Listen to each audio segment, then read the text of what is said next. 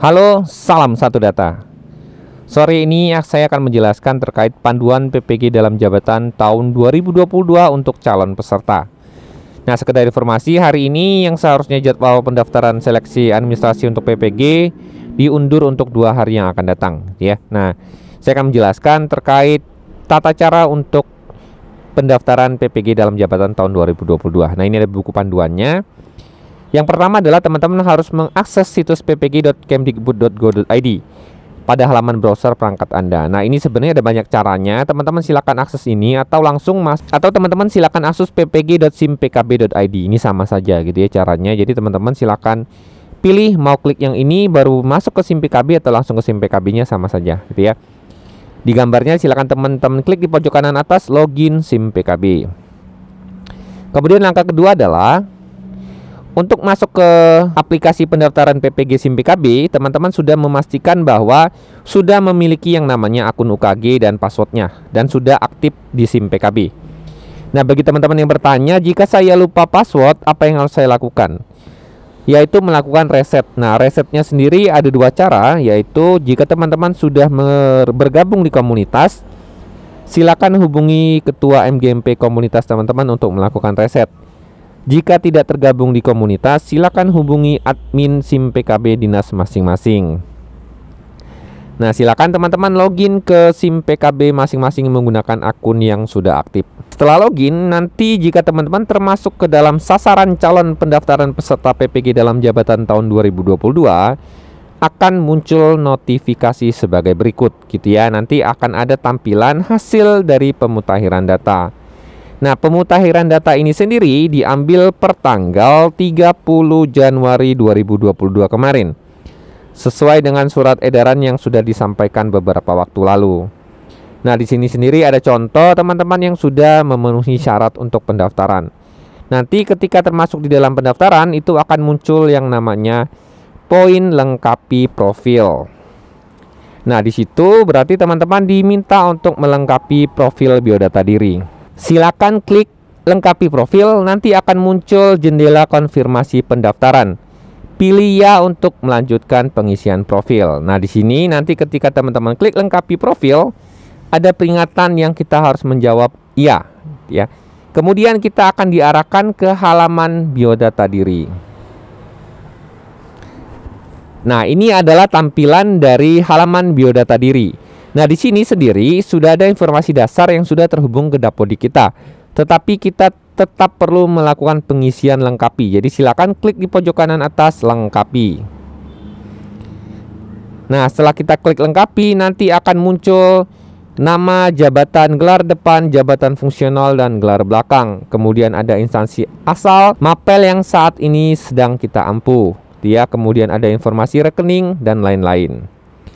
Nah, di sini setelah perubahan data kita simpan, selanjutnya kita akan diarahkan untuk mengisi yang namanya linearitas S1D4 dengan bidang studi PPG. Jadi setelah ini selesai, caranya adalah teman-teman berpindah di kolom berikutnya.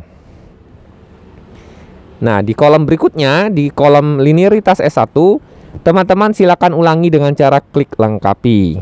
Nah, silakan klik lengkapi. Nah, di sini patokan teman-teman untuk mengisi data linearitas adalah teman-teman harus mengisikan kampus, nama perguruan tinggi tempat kita memperoleh gelar S1 gitu ya.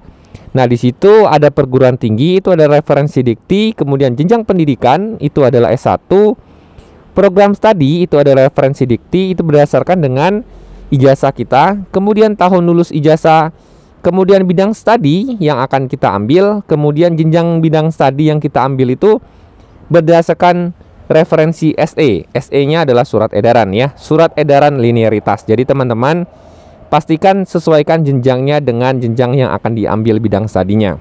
Jangan lupa setelah melakukan pengisian, klik simpan. Kemudian kolom berikutnya yang harus kita isi itu adalah melakukan penguploadan ijazah gitu ya. Jadi di sini ada bagian kita harus mengunggah bukti fisik ijazah kita gitu ya, agar teman-teman verifikator dapat melakukan verifikasi ijazah kita. Jadi teman-teman silakan klik unggah.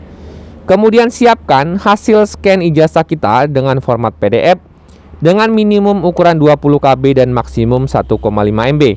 Pastikan ijazah kita itu di-scan dengan baik dan terbaca dengan jelas agar teman-teman verifikator dapat mudah melakukan verifikasi. Di kolom berikutnya, kita akan melengkapi yang namanya informasi terkait bidang studi PPG.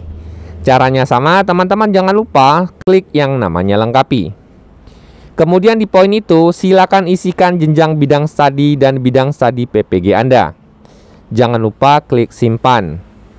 Nah, contohnya adalah ini, teman-teman silakan pilih data bidang studi PPG yang akan diambil.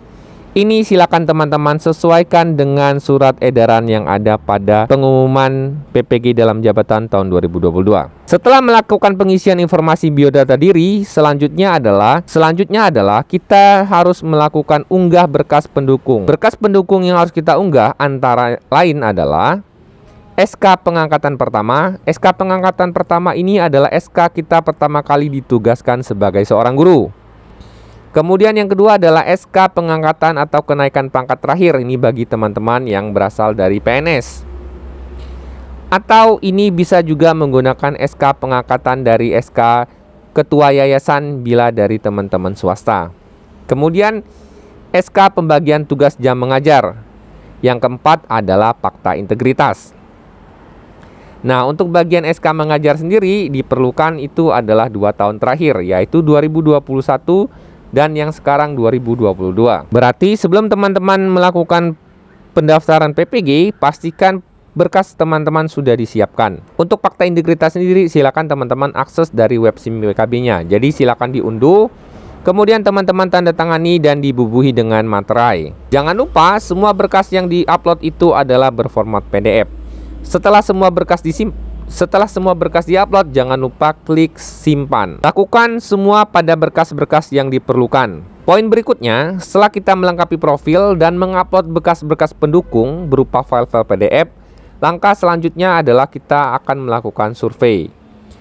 Nah, ketika teman-teman sudah mengupload yang namanya biodata diri dan mengisi biodata diri, teman-teman nanti akan muncul kolom biodata diri. Nah, pastikan status profil dan status biodata dan berkas telah menjadi centang hijau. Nah, ini adalah contohnya.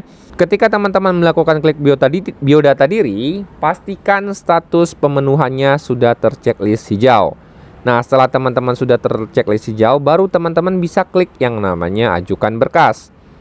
Nah, setelah muncul ajukan berkas seperti itu, teman-teman silakan klik yang namanya ajukan berkas. Nah, setelah klik ajukan berkas, yang diisi itu adalah berikutnya hasil survei peminatan terkait LPTK dan program studi yang Anda minati. Nah, ini adalah contohnya. Nanti di sini adalah survei peminatan LPTK. Nah, LPTK ini adalah nanti tempat kampus teman-teman akan mengikuti yang namanya PPG. Jadi di sini ini hanya sebuah survei yang menyatakan kira-kira teman-teman kalau ditentukan nanti ingin mengambil di kampus mana gitu ya. Jadi ini silakan teman-teman isi. Silakan prioritas kampus yang mau dipilih, yang mungkin dekat dengan domisili ataupun yang mungkin inginnya di mana dan dia membuka jurusan itu gitu ya. Kemudian jangan lupa klik lanjut. Nah, setelah klik lanjut, teman-teman akan dilakukan konfirmasi gitu ya. Terima kasih telah mengikuti survei peminatan LPTK. Anda ingin mengirimkan biodata diri Anda sekarang, jangan lupa klik simpan. Nah, setelah teman-teman melengkapi biodata profil, kemudian melengkapi berkas pendukung, dan sudah mengisi survei, maka ajuan teman-teman sudah berhasil diajukan. Langkah selanjutnya adalah teman-teman silakan memantau situs SIM PKB masing-masing untuk melihat prosesnya. Apakah nanti pendaftaran administrasi sudah disetujui, proses berikutnya, dan lainnya gitu ya. Semoga informasi ini bermanfaat. Salam satu data.